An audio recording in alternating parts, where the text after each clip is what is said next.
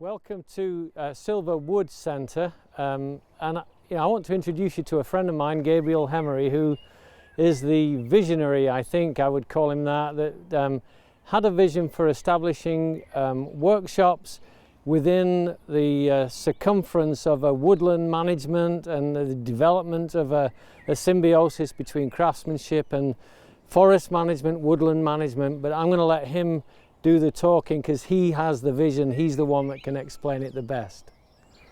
So this is Gabriel. Hello, Paul. How are you doing? Oh, you put some pressure on me now, haven't you? So yeah, we're an environmental charity. We work with woodland owners, scientists, young people right across Britain. And the Wood Centre came together about 2 years ago after quite a lot of thinking and deliberation. And it's quite exciting times for us. We've been here for about 18 months now. And the whole idea, as you can imagine, the Wood Centre is to do things with wood, but also to connect right back to the woodland owners locally, trying to get more timber out of our forests, get our forests into good condition for wildlife, to bring the economy back up running in the rural environment, and really then support young people in the craft of wood. So we've great links with a local college here, Furniture Making College, and what we have now are a series of 8 businesses, and Rokesmith is one of those, which is fantastic. And we're trying to foster particularly young people coming up through college, trying to set up their business, give them access to machinery, to affordable space, and try and inspire them by the culture of the people we're bringing together, like yourself and other businesses who are successful already. And it's a really exciting time. It's all beginning to come together. Yeah, this is like a puzzle, I guess, that you've started to see all the different pieces that you envisioned. When did this start? How long ago did you have this vision for what you're doing? I think it's fair to say we probably spent the first 2 or 3 years doing a lot of thinking. But before we were donated this land, it's been an amazing donation. We had 20 acres donated to us and a little bit of capital to get things going. And it's that sort of period where I know a lot of the people we're talking to are thinking, are these guys going to pull it off? They have these ideas, are they ever going to work? And I maybe for the first time this year, right now, I just beginning to feel it is coming together, and the level of support, the enthusiasm, and you've seen some of it this week with Arts Week. It's just been so exciting, and I'm beginning to think that maybe we can pull it off. Maybe there's enough momentum now that we're going to get to our vision. And for the site as a whole, I mean, you can see some of these buildings behind us. I think there's at least 3. The camera will be able to see of various derelict buildings in different states of disrepair. We've got plans for all of them, and they all relate around the craft of wood and supporting innovation and enterprise in wood. So we've got lots of plans to come. Hopefully we're beginning to prove that maybe they're not all completely harebrained. We will pull some of them off. Yeah, well, against the backdrop of the woodlands that have been planted and the different phases that they're in, we can look at the new phase now and see where the craftsmen and women work and see maybe the inner workings of the craftsmen in the quiet backdrop, establishing themselves as craftsmen and women in an environment that you've provided. So it's very much an extension of the woodland, bringing it into a working environment for everybody. So let's take a look at that now. We'll wander inside and I'll talk to you later. Bye, Gabriel.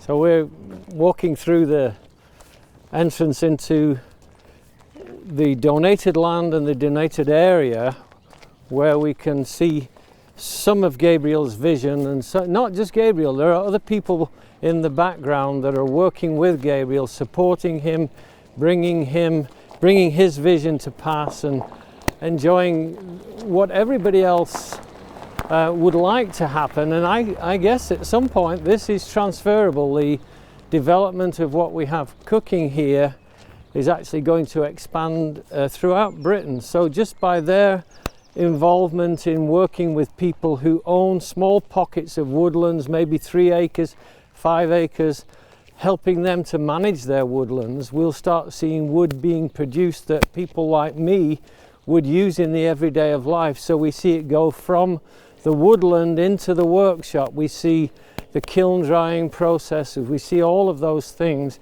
And we start working with that and seeing people develop into individual artisans, craftsmen, and everything else. So this is where I'm working right now. This is where we make our films, we make our pieces, we try and help educate people to become woodworkers in and of their own right. So why don't you come with me and we'll take a look at the other crafting artisans.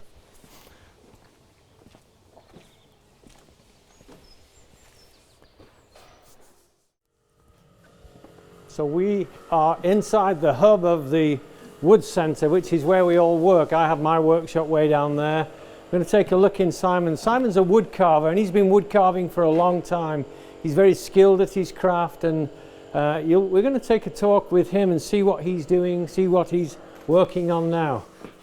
This is Simon Clements. This is his workshop. This is his creative workspace. This is where he spends much of his time carving, shaping, making forms from raw wood, from kiln-dried wood, from whatever wood he can get his hands on. So let's see what Simon has to say, because Simon is one of the first residents that took up office in this place. He's creative, he shares his skills with other people, he teaches and he manufactures, makes his products from the raw materials. Let's see what Simon has to say.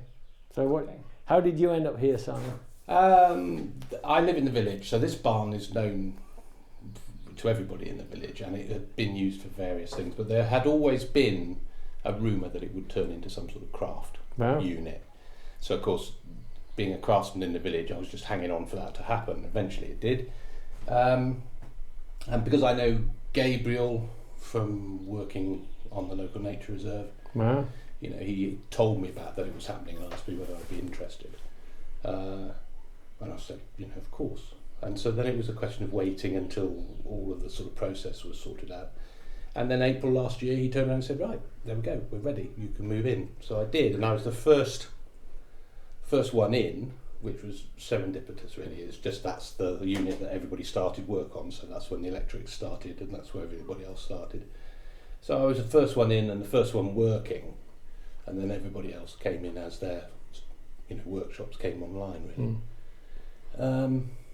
And it's brilliant. You know, I worked on my own in the workshop at the top of the garden, and it's just so nice to actually have other people to bounce ideas off. And if you know you haven't got a piece of machinery and they have, you can just go and use theirs, and you know it's reciprocal. Everybody's using each other's machine tools at the moment. Nobody gets anywhere near my chisels, but that's unless I'm teaching them. But you know, we all help each other out and work with stuff. And if I need to shift timber, which I often do, you know, there's always someone around who can help. You know, and it's a sort of scratch my. Do you feel like this is an environment that's been more conducive then? Do you think you feel like it's been enhanced by working with other craftspeople in the same building, and you've added something obviously to other people here? You know, they come with a question, how do I do this, how do I do that? And you're sharing some skills that they might want to carve something into something they're doing as a decorative aspect to it or something. So, well, it sort of works like that. I mean, the thing about this place is we're all more or less at the same level. You know, we're all roughly the same age. We've been doing the same sort of thing for the same amount of time. So that although, you know, people will come to me and say, if I want to carve lettering, for example, is this how I do it? Most of them have already done some and are quite content with what they've done. And I might just help them with saying, you know, well, you can use a slightly different tool to get a slightly different shape on the letters. But it's other things. I'm not a joiner or carpenter, right. So if I need a set of boards made up, like the ones in the corner, I'll go to Chris and he'll glue up and laminate and join a whole load of boards for me, which I can then bring back and carve. Right, Once upon a time I would have either had to go to another carpenter's shop to get them to do that, or I would have had to struggle along and try and do it myself without, you know, with predictably bad results. So there's that sort of stuff that goes on all the time. It's like a symbiosis between different craftspeople with different skills, and it's a sort of marketplace as well. You know, because Chris does a bit of work for me, I might have some tools that he can use that I don't need, and it goes that way. And the same for Neil. You know, Neil's got a lot of expertise in resin that's different from my expertise in resin, so I can pick his brains and he can come to me and say, look, I need a better gluing resin than the stuff I'm casting with, so we can work like that. So it's I haven't ventured into upholstery yet, but that's another sphere altogether. We're going there to see Mary in a little bit. So great, well thanks very much for sharing that with us. Thank you. problem. Great, thank you. All right. So we're going to go now from Simon's wood carving, we're going to go and take a look at a different part of woodworking. This is fibre crafts. This is really more to do with what we do with the framework of wood. How do you make that into a comfortable chair? So let's take a look at Mary Cowdery's furniture making from the perspective of an upholsterer. This is Mary Cowdery. She's a furniture maker in a sense. She's a different type of furniture maker than everybody else. She is an upholsterer, and so she works with fabrics, fibres, the content that makes chairs last for 150 years after they've been. She's working with frameworks, wooden frames, and all kinds of materials actually. So I wondered she's very different than the rest of the guys here because she is working with fibres, and I want her to talk about her craft and what it means to her to be in an environment where she can be creative. This is her creative space. This is very important to her. This brings sanity to her everyday life just as much as it does in my environment. Hi, Mary. Okay, hi. So the journey for me started with fabric at school and just the textures and colours. And I had an upholstery course about 2 years ago, and I, for the first time, just encountered what you could do with fabric in a furniture sense, but I was successful. I made something that looked like it could have come from a shop. And for me, the gift of feeling that in my hands there was the ability to create something that was of quality just sparked a fire. And I needed then to learn all about upholstery and the different methods, the history behind upholstery, the fact that this is a craft that's been born out of centuries of people just adapting their environment and using hessian, straw, things that were around in their homes. Horsehair and and it's just fabulous. And so being here, what my business is about is I work on a commission basis. So it's pieces of furniture that are owned. On the whole, they're chairs, but they can be stools, headboards, that kind of stuff. But they bring it because that piece has some emotional value to them. They've inherited it. It's been a wedding present, that kind of thing. And there's already an investment. Yeah. And what I do is then reinvent it for that person. So bringing kind of new life to something that's aged but has value. And so it often means stripping the thing right back to the wood and repairing the frame. Sometimes new sections need to be put in, and then just rebuilding it as it would have been done often 100, 200 years ago. Yeah, wow. Well, I know we've become friends primarily because we're in the same environment. Now you've got many other friends here. You're working with different craftspeople. What does it mean then to be in this workshop and be near to other people? Because you're not so isolated when you're just working in your own shop. Has it been positive? You feel good about being here? So the reason I was attracted to coming to the Wood Centre was because I struggle working by myself, the quietness, pitching up at 9 o'clock and doing a full day. So one of my hopes was that the working alongside people and hearing other people just going about their daily business would mean that I would be motivated to get in and do the long day. There've been so many add-ons that I didn't expect. So a lot of my stuff is quite heavy. The guys here will lift it in from the car, they'll turn it over, they'll loan me tools. We share ideas over a cup of tea. It's just, I absolutely love the Wood Centre. That's one of the things I could imagine being woven throughout an environment like this, where people can rely on one another, they can bounce ideas off one another. There isn't the loneliness that you might get in other environments. So I can appreciate that. I know I've been in places where I've just been on my own for long times, and I would much like to have people just to bounce ideas off, to be able to, like you say, lift something and move it. It's just as symbiotic as that. It's a wonderful place to be, I think. So I'm glad you found a creative space you can fit in with and be with people. It's wonderful. The other thing for me is Sylva. Their ethos and the integrity with which they run this, I think, just set a template where everybody just treats each other with such respect and kindness that it's, you know, you don't often find that in a business environment. And I don't feel like I'm a tenant with a landlord. I feel like there's a parent out there who just wishes such a good thing, and there's, you know, the support that you would want to give to your children. One of the things I've noticed too is just walking in here. When I came in through the door, I had a sense of the individualism that was here. You know, just looking around, I could see individual workshops.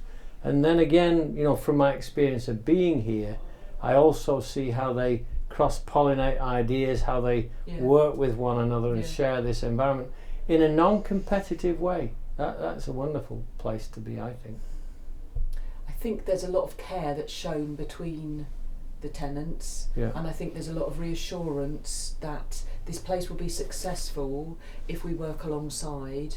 I think if you try to steal a customer or something along those lines, it would just start to implode. I think you're right. The cross-pollination is interesting, because I've managed to do a collaboration with Chris, and I had a commission from a customer that had really specific requirements, and being able to just give him a design, him come back, and then me run with the upholstery.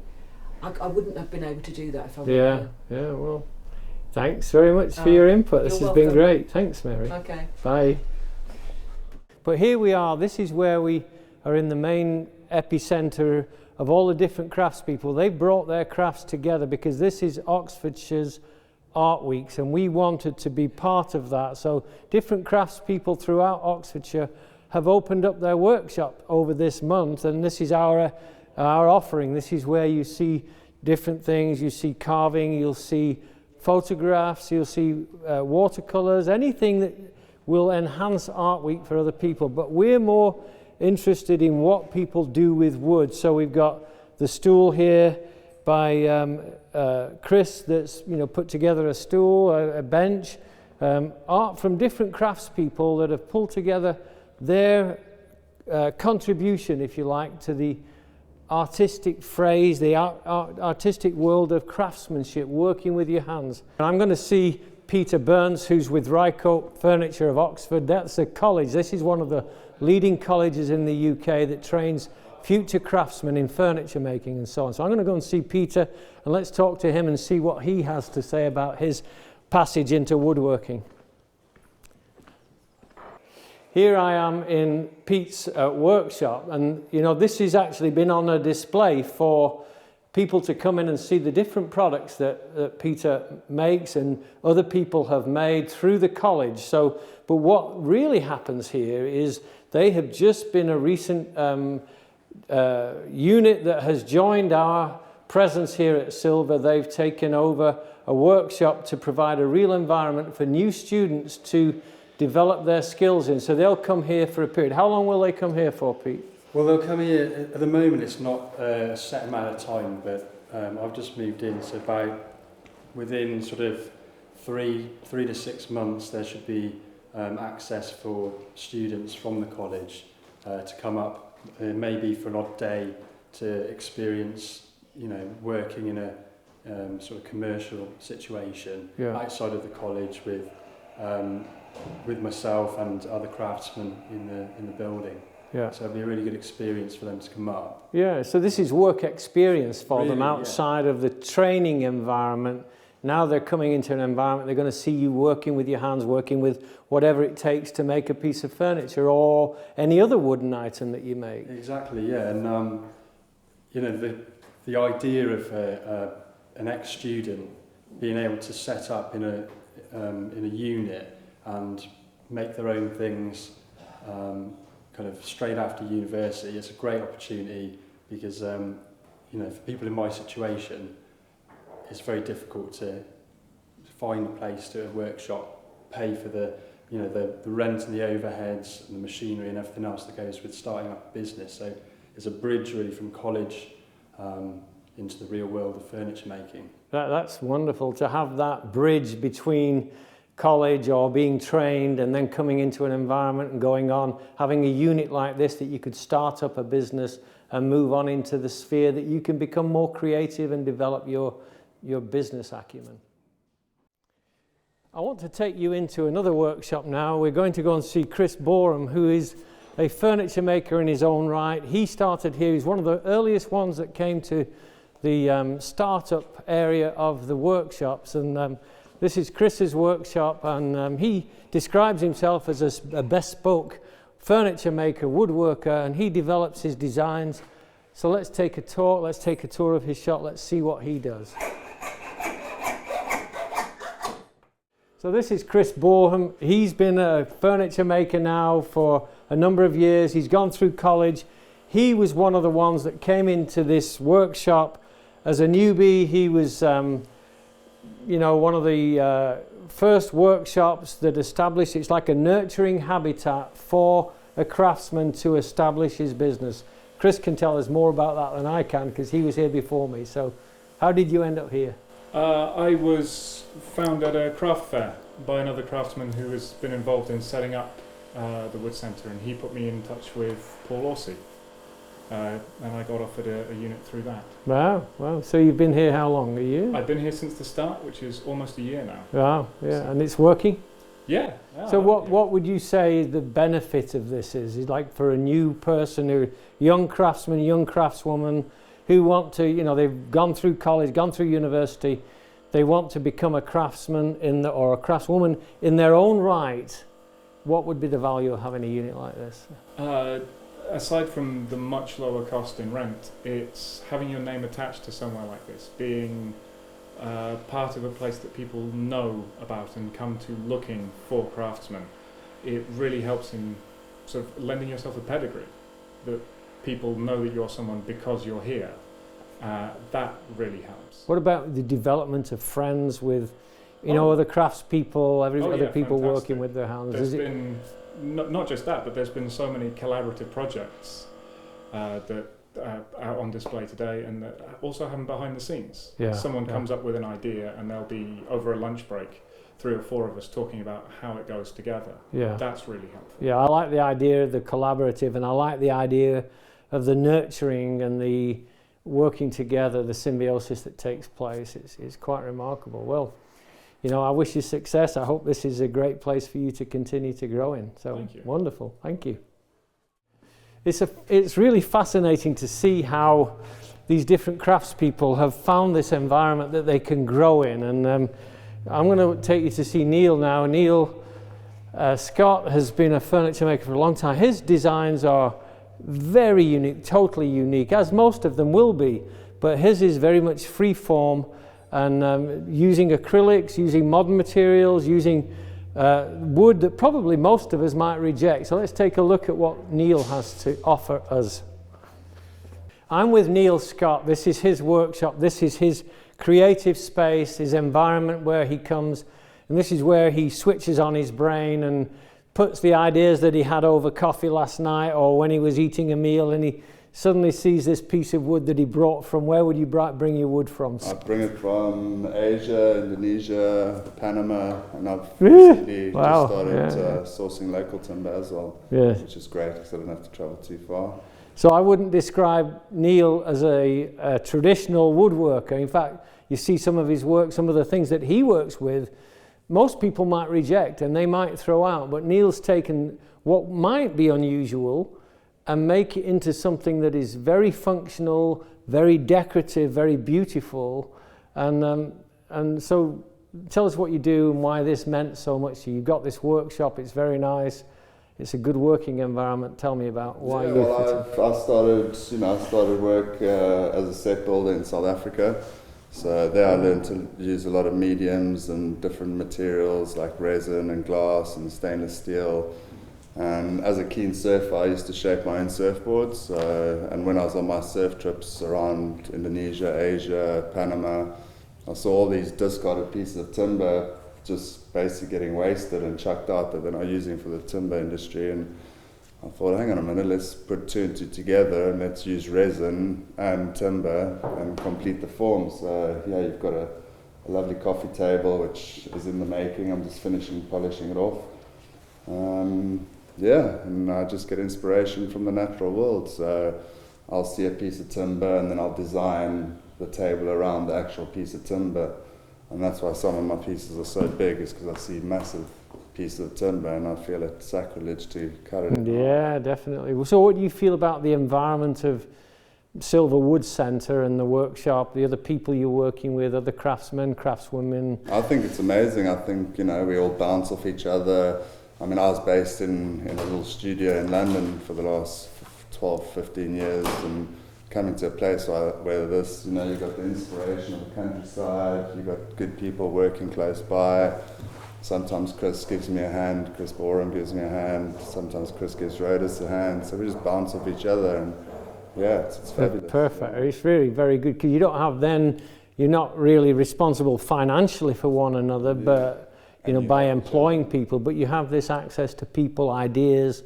There's this melting pot of different things where you can bring ideas together. And you know, it's nice that you work with Chris. Chris works with you, Rhodus, me now, and we're here and bouncing ideas. It's wonderful, really. Yeah, and I think it's becoming a little hub for South Oxfordshire, in all honesty.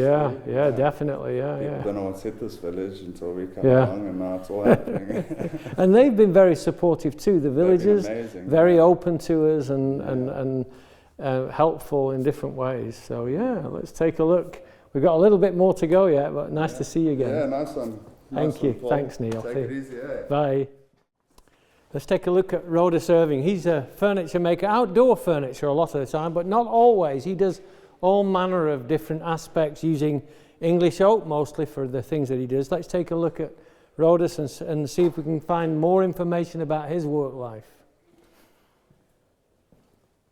This is Rhodus. Rhodus Irving is a woodworker, slightly different than me in many ways, but working wood, you work wood basically the same way. Sometimes you use machines, sometimes you use hand tools, sometimes you hybridize and you use both. And Rhodus uses both hand tools and machines.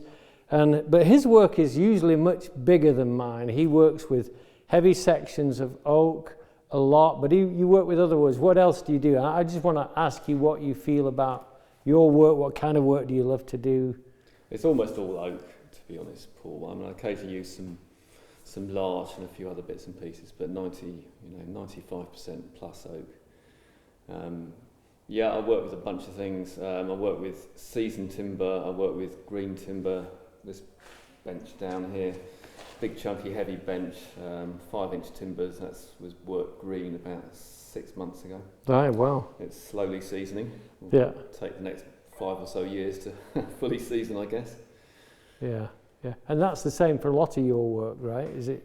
Well, it's all going outdoors, so if I have seasoned timber, it'll be air dried. I've never used kiln dried, because then all it's going to do is expand, because you know, certain problems. So we tend to use either green or partly seasoned or fully air dried for different things, depending on what we're making. So this is custom pieces mostly, is it, or do you do speculative? It's all made to order. Yeah. So I've got a few designs that we often rework for a client. You know, if they want a taller one, a deeper one, or a curved one, we can work on our designs. But you work everything from gazebos all the way to decks and. I do pergolas. I don't put a roof on it. Okay. That wouldn't do a good gazebo. I'm working on a deck at the moment. That's not normal for me, and I'm using pressure treated softwood, but I rarely use that. But mostly you're working in natural woods that are not pressure treated. You rely on the. Yeah, we use. It's mainly English oak. Some of it we get very locally. This is Oxfordshire oak in here. We get if we need work. We sometimes work with logs, where we'll split them with a. 3 wedges and a sledgehammer. And then we're getting logs from a local woodland just a couple of miles up the road.